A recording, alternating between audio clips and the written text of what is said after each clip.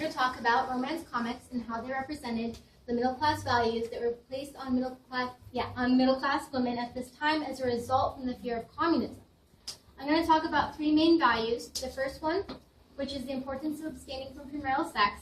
The second one, which is the importance of marrying young. And the third one, which is the dangers of choosing the career path over the family. After I've shown you some of these in comics, I'm going to talk about advice articles and how they kind of differed in their roles than in comics and the comic book stories. So I'm going to start off the talk by talking about the 1920s, because the 1920s culture was very sexually free, meaning that the women and the men were able to participate in sex outside of marriage and for purposes other than starting a family without really being judged by their peers. This was very represented in the 1920s flapper. As you can see, the women are wearing short dresses and excess of makeup. I think that one's drinking, and she's dancing pretty sexually. But it wasn't just the typical flapper that embraced this culture. It was also everyday women, such as these. They're all posing here, drinking some moonshine, kind of like a Facebook photo. It's very relaxed. They're having a good time. But this freedom that they embraced really ended with the end of World War II. This is because a fear of communism spread throughout America. As you can see here, it was represented in media. This is a book called Purgatory of the Conquered, a novel of lust and intrigue in the Soviet-dominated America of the future. And this is a Catholic comic book. And it says, remember, you were supposed to obey the state, not your parents. These were really two huge fears associated with communism at this time. It was believed that communists could hurt America from within, not just through war, but from within, through breaking apart the American family unit, through moral degradation, and of course a great way to do that is through sex. So, because a lot of middle-class values were put forth, because it was believed if people stayed on adopted middle-class values, they'd stay on the straight and narrow road, and they wouldn't be susceptible to moral degradation. And of course, a lot of these values were placed upon women, because it was women's role to keep a husband satisfied, and therefore he wouldn't want to cheat or leave the home life, and raise her children right so they wouldn't be morally degraded, and therefore exposed to the perils of communism. As you can see here, one woman, doing several wifely duties, except for cooking, which should be there, because that was actually really important. So there was a lot of propaganda put forth during this time about women and how they were supposed to accept these values. So it's supposed to influence them to accept these values. And one of these is romance comic books. I showed you a book earlier. There were also movies, but romance comic books were special in the fact that they really targeted the young women, that America was really worried about becoming not being proper and letting their family become communistic. As I mentioned before, the first value is the importance of abstaining from premarital sex. Premarital sex was believed to detract from the home life. It could also ruin a woman's future of having a husband and a family if she became pregnant. Comic books couldn't really directly talk about premarital sex because that would be considered very inappropriate. And so they touched on the subject by showing stories about the dangers of getting involved in physically exciting relationships. This story, I Wanted Lifelong Thrills, from Teenage Temptations, shows a girl named Ruth right there, who just got engaged to Bayard right there. Bayard is a good American man, but Bayard has just gone on a business trip, leaving Ruth all alone when Ralph shows up. Ruth had a physically exciting relationship with Ralph prior to her relationship with Bayard, and now that Bayard is gone, she's been involved with Ralph once more, and she almost leaves Bayard for Ralph because this is so physically excitingly fun. However, she realizes just in time that Ralph's not a good guy. If you can see there, she looks very distressed. And she realizes that this fun can't lead to true happiness, but only that marriage can. So in the end, she returns to Bayard. They start planning their wedding, and it ends happily. However, although this ends happily, it was really supposed to scare young women away from men like Ralph. So, and you can't see it here, but Ralph's face was actually really creepy. And Bayard's supposed to look really handsome. So, the second value I mentioned is the importance of marrying young.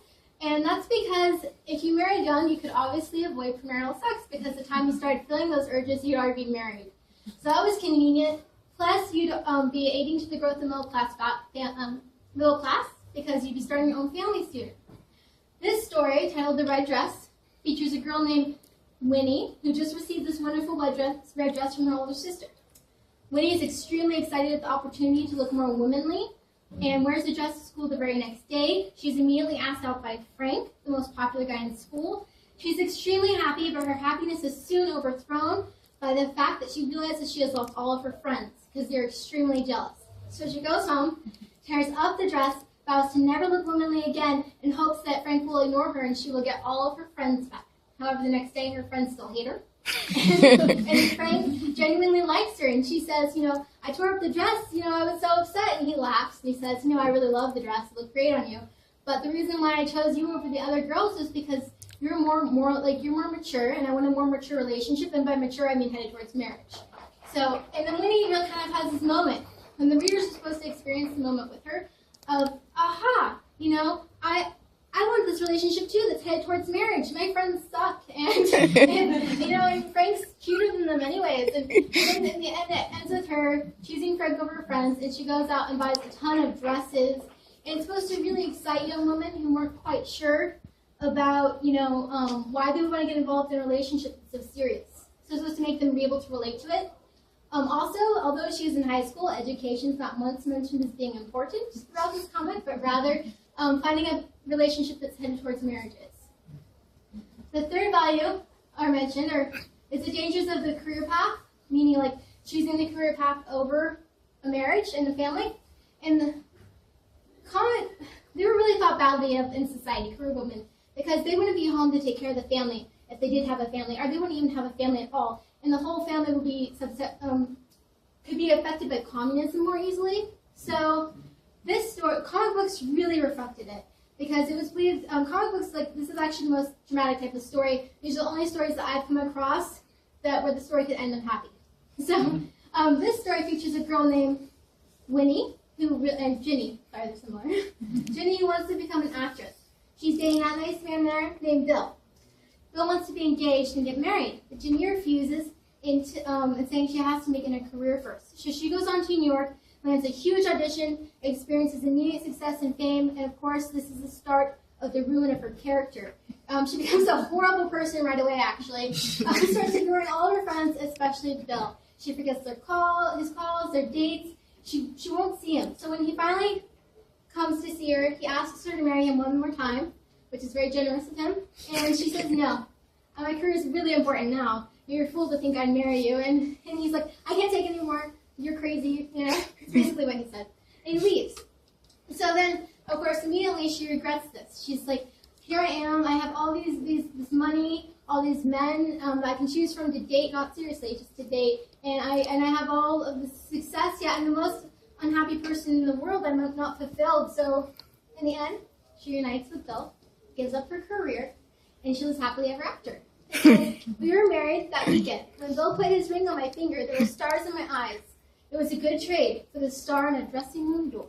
This is supposed to really appeal to young women, because what young girl doesn't want to be an actress at some point?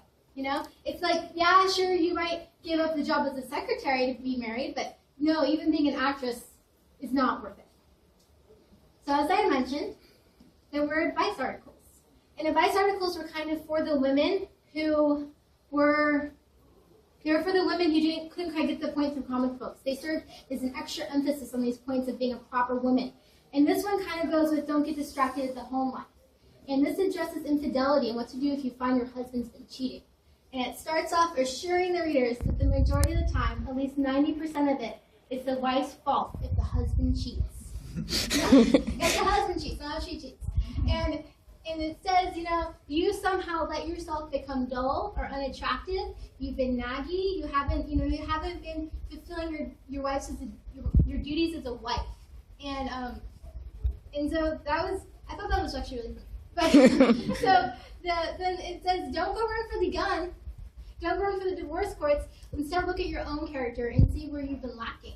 It then goes through the responsibilities the wife has so that she can look in there and see where she has failed. It says keep yourself physically attractive, mentally attractive, provide amazing meals, make sure you keep the house clean and happy, and by the way, having children is no excuse. and not being educated, this is no excuse. And it says, look at your own character and make sure that you fix yourself before it's too late to fix your marriage and make your husband happy again. So these romance comics that I've talked about really illustrated the values that were pushed upon women at this time. And they were very successful because actually they sold more than any comic books at their time. And they were just really successful at portraying the values that were placed upon women. Thank you for your time. Do you have any questions?